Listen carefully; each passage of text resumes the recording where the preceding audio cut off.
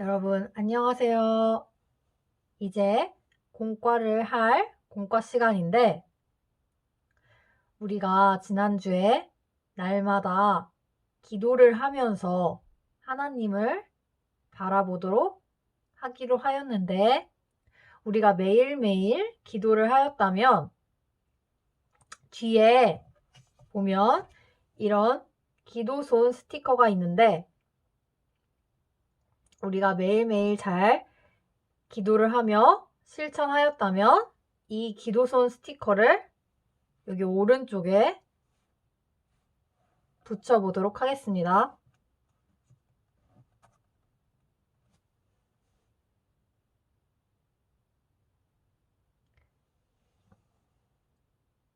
요즘에 우리가 이제 매일매일 기도를 하면서 하나님을 바라보는 것을 할 건데, 전도사님도 함께 할 테니까 여러분들도 매일매일 기도를 드리셨으면 좋겠어요.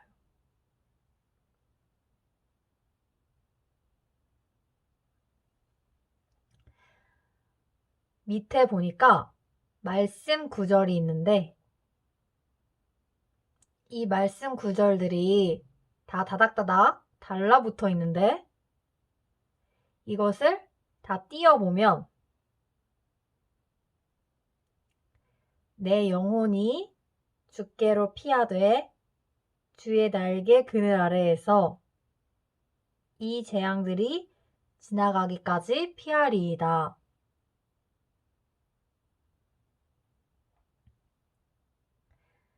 다시 한번 읽어보면 내 영혼이 주께로 피하되 주의 날개 그늘 아래에서 이 재앙들이 지나가기까지 피하리이다.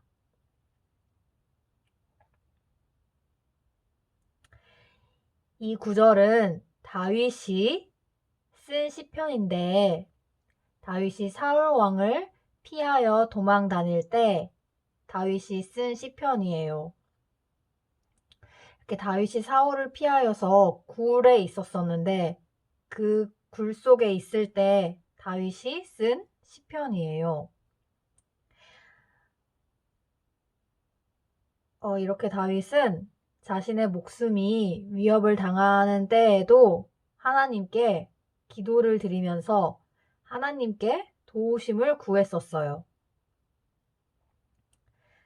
근데 오늘 말씀에 보니까 또 어려움을 당할 때 하나님께 기도하여서 하나님의 도우심을 구한 왕이 있는데, 우리가 말씀을 우리가 한번 읽으면서 누군지 한번 보도록 하겠습니다. 전도사님이 여기 글씨를 한번 읽어볼게요. 강하고 무서운 나라인 아수르가 하나님을 섬기는 히스기야 왕이 다스리는 남유다를 침략하여 조롱하며 항복하라고 위협했어요. 히스기야 왕은 백성들에게 그들의 말을 듣지 말라고 했어요. 아수르 왕이 유다 성읍을 침략하여서 들어왔는데, 이 유다가 히스기야 왕이 되었을 때, 유다가 원래 아수르 나라를 섬겼는데, 아수르를 섬기지 않고 배반하여서 아수르 왕이 유다 성읍을 치고 유다 성읍을 점령하였었어요. 그래서 아수르 왕이 유다 성읍으로 와서 이 히스기야 왕과 유다 백성들에게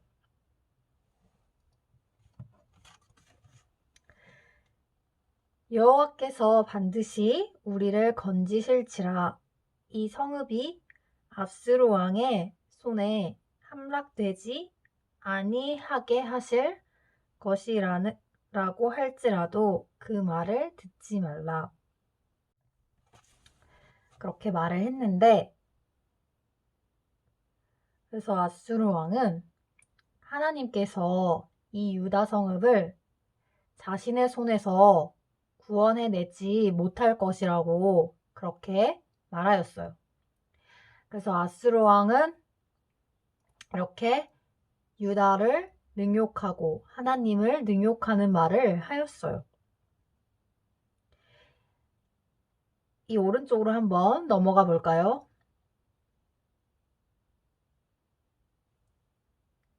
히스기야는 이 말을 듣고 성전으로 가서 하나님께 기도를 드렸어요. 우리가 이 히스기야 왕이 기도한 이 모습의 스티커를 붙여보도록 할게요.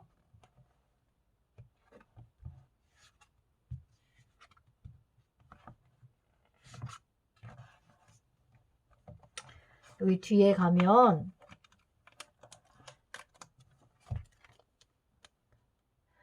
이런 스티커가 있는데 이 스티커를 떼서 한번 공과책에 붙여볼게요.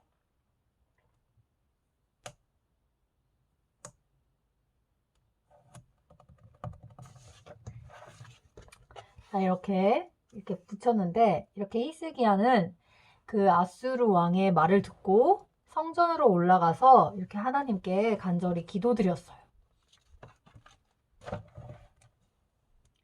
그리고 밑에 보면 히스기야 왕의 기도를 들으신 하나님께서 하나님의 사자를 보내어 하룻밤 사이에 18만 5천 명이나 되는 아수르 군사들을 모두 죽게 하였어요.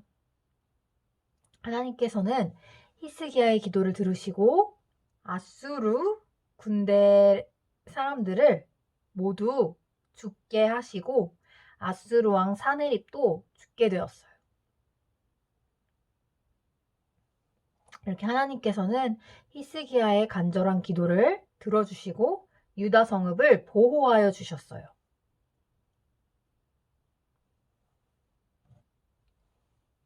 그럼 다음 장을 한번 넘어가 보도록 하겠습니다. 호흡의 중요성이라는 글이 있는데 이거를 전도사님이 한번 읽어볼게요. 우리가 숨을 들이쉬고 내쉬는 것을 호흡이라고 해요. 그런데 만약 숨을 멈추고 호흡하지 않는다면 어떻게 될까요? 사람이 숨을 참을 수 있는 시간은 평균 1분 정도라고 해요. 아주 특별한 경우를 제외하면 아무리 오래 숨을 참아도 5분을 넘기기 힘들어요. 또한 물에서 숨을 쉬는 대부분의 물고기는 물 밖에서 5, 10분 밖에 호흡할 수 없어요. 숨을 참을 수 있는 시간을 넘어서까지 호흡하지 않는다면 죽을 수밖에 없어요.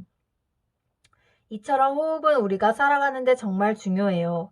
그런데 우리 영혼이 하나님 앞에서 살아가는데 호흡과 같은 것이 바로 기도예요. 그래서 기도는 우리 영혼의 호흡이라고 말하지요. 기도는 믿음 생활에서 가장 기본이 되는 부분이에요. 성경 데살로니가 전서 5장 16절에서는 쉬지 말고 기도하라고 말씀해요. 우리가 쉬지 않고 호흡하는 것처럼 쉬지 말고 매 순간 하나님께 기도해야 하는 거예요. 반드시 눈을 감고 자세를 취해야만 기도하는 게 아니에요. 우리가 생활하는 모든 순간에 하나님을 생각하며 순간순간 마음속으로 하나님을 찾고 이야기하는 것도 기도예요. 호흡을 통해 보이지 않는 산소가 우리 폐로 들어오는 것처럼 기도를 통해 하나님의 은혜가 우리 영혼에 들어오는 거예요. 우리가 살아가는데 호흡이 중요하듯 우리 영혼이 하나님 앞에서 살아가는데 기도는 없어서는 안 될 중요한 영적 호흡이에요. 이렇게 기도하는 것이 호흡이라고 하였어요. 하나님과 우리가 하나님을 바라볼 수 있고 또 우리의 마음을 하나님께 아뢰 수 있고 우리가 하나님께로부터 주시는 힘을 얻을 수 있어요. 그래서 기도는 우리가 숨을 쉬는 것처럼 이렇게 호흡을 하는 것처럼 아주 중요한 것이에요. 그래서 우리가 기도를 하면서 하나님을 바라보고 하나님을 더욱 잘 믿을 수 있게 돼요.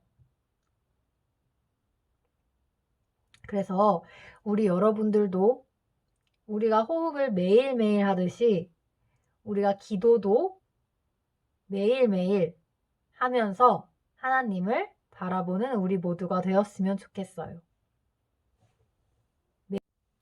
그러면 다음 페이지 넘어가 볼게요.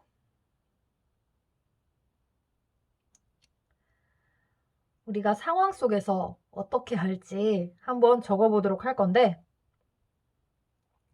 첫 번째, 동네 형들이 돈을 빼앗으려고 할 때.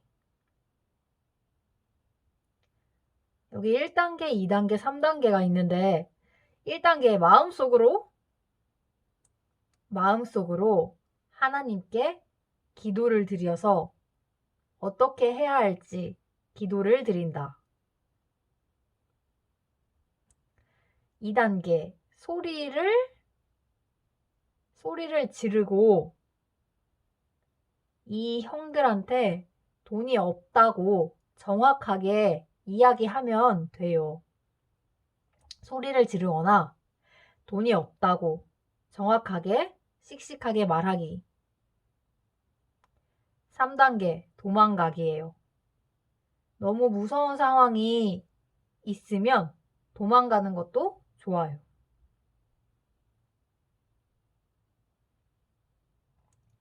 그 다음에 두 번째, 공부가 잘 되지 않을 때. 1단계, 하나님께 지혜를 달라고 기도한다. 2단계, 친구나 선생님께 물어본다. 3단계, 알게 된 것은 반복해서 복습한다. 다음 세 번째, 이웃집의 유리창을 깨뜨렸을 때. 1단계는 어떻게 할 것 같아요?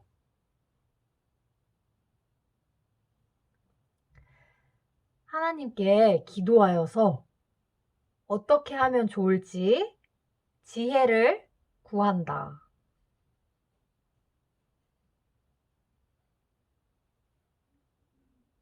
우리가 이렇게 어려운 상황에도 기도를 하여서 지혜를 구할 수 있어요.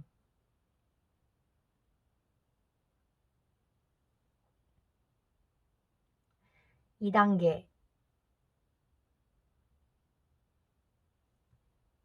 2단계는 이 유리창을 깨뜨린 이웃집을 찾아가서 죄송하다고 말한다.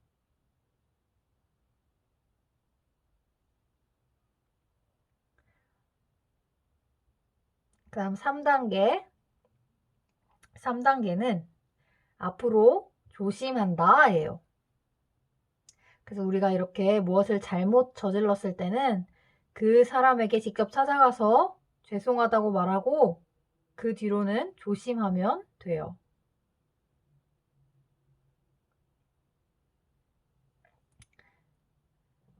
이제 공과에 할 활동은 다 하였는데 뒤에 부록에 있는 주간 실천 활동이 있어요. 주간 실천 활동이 뭐냐면 우리가 오늘 말씀에 히스기야가 하나님께 기도드렸던 것처럼 우리도 날마다 자기 전에 5분이라도 하나님께 기도하고 어려운 일이 있으면 그것도 하나님께 기도드리고 우리의 마음을 하나님께 기도드려서 하나님을 매일매일 의지하며 지내는 우리가 되었으면 좋겠어요.